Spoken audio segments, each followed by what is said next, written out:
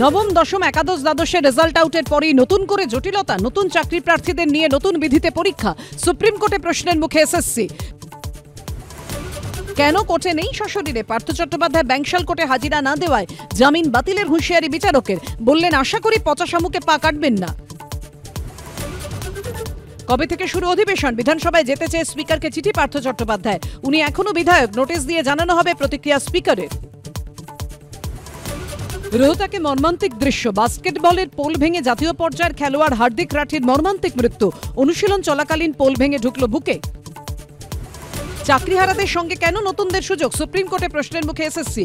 SIR এর নামে NRC, ফের আক্রমণে মুখ্যমন্ত্রী। সিপিকে চিঠি কমিশনে। সন্ধ্যে 6টায় দেখুন সুব্রজিতের সঙ্গে। দত্তাবাদে স্বর্ণ ব্যবসায়ী খুনে জাল গোটাচ্ছে পুলিশ। মূল চক্রী ভিডিওই আছে, মারধরের ফুটেজ। কোর্টে বিস্ফোরক সরকারি আইনজীবী। সন্ধ্যে 7টায় দেখুন পাপিয়ার সঙ্গে।